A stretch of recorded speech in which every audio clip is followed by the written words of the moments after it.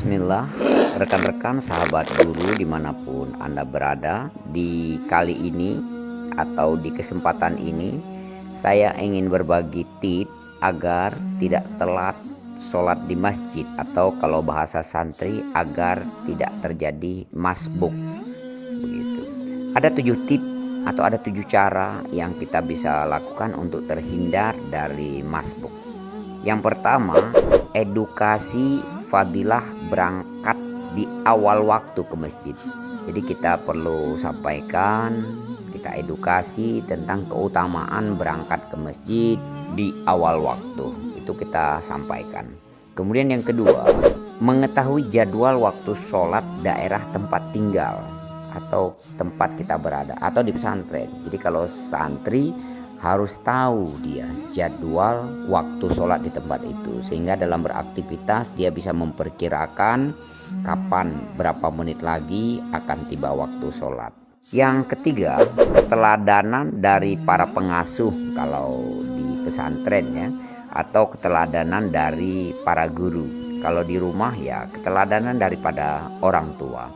Keteladanan ini akan melahirkan sebuah budaya baik. Jadi kita tidak perlu repot menyuruh, mengajak kalau sudah terlihat. Karena apa yang dilihat itu lebih berpengaruh dari apa yang diucapkan. Jadi keteladanan dari pengasuh dalam bab ini. Kemudian yang keempat, hentikan aktivitas sesaat sebelum tiba waktu sholat. Misalnya sholat duhur jam 12, maka mungkin 5 atau 10 menit sebelum azan kita sudah bisa mengatakan, ayo kita cukupkan pekerjaan kita, ayo kita hentikan sejenak pekerjaan kita menuju ke masjid.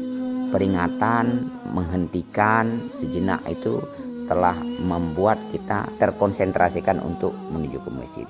Kemudian yang kelima, mencari teman atau lingkungan yang baik. Jadi kalau kita yang bekerja di kantor, kita harus mencari teman, siapa yang biasa sholat berjamaah ke masjid, itu kita perlu cari. Tapi kalau di pesantren atau di ma'had, maka kita perlu mencari siapa sih yang berangkat ke masjid awal. Kita perlu berteman dengan dia. Kenapa? Saat dia akan berangkat ke masjid, dia akan mengajak kita mencari teman atau lingkungan yang baik. Kemudian targetkan bisa membaca Al-Quran sambil menunggu sholat berjamaah. Jadi targetkan khatam Al-Quran. Jadi misalnya saya ingin khatam Al-Quran 1 bulan, berarti 1 hari saya harus membaca 1 juz. Maka targetkannya paling ringan 2 lembar setiap waktu sholat. Kalau kita sudah target, aku mau bersegera ke masjid membaca 2 lembar Al-Quran. Nanti begitu lagi. Ketika itu sudah ada, jadi berangkat awal ke masjid itu menjadi kebutuhan seperti itu. Yang ketujuh, dan ini bisa dimulai di awal, berdoa kepada Allah agar memasukkan dalam golongan orang-orang yang mendapatkan naungan di yaumul mahsyar, yaitu pemuda yang menjaga sholatnya, pemuda yang menunggu dari waktu sholat ke waktu sholat. Itu berdoa, kita berharap Allah memasukkan kita ke dalam golongan yang dilindungi saat yang lain tidak. Mungkin ini tips agar kita bisa sholat tidak masbuk di masjid. Mudah-mudahan kita bisa melaksanakan dan menjadi sebuah kebutuhan. Sekian.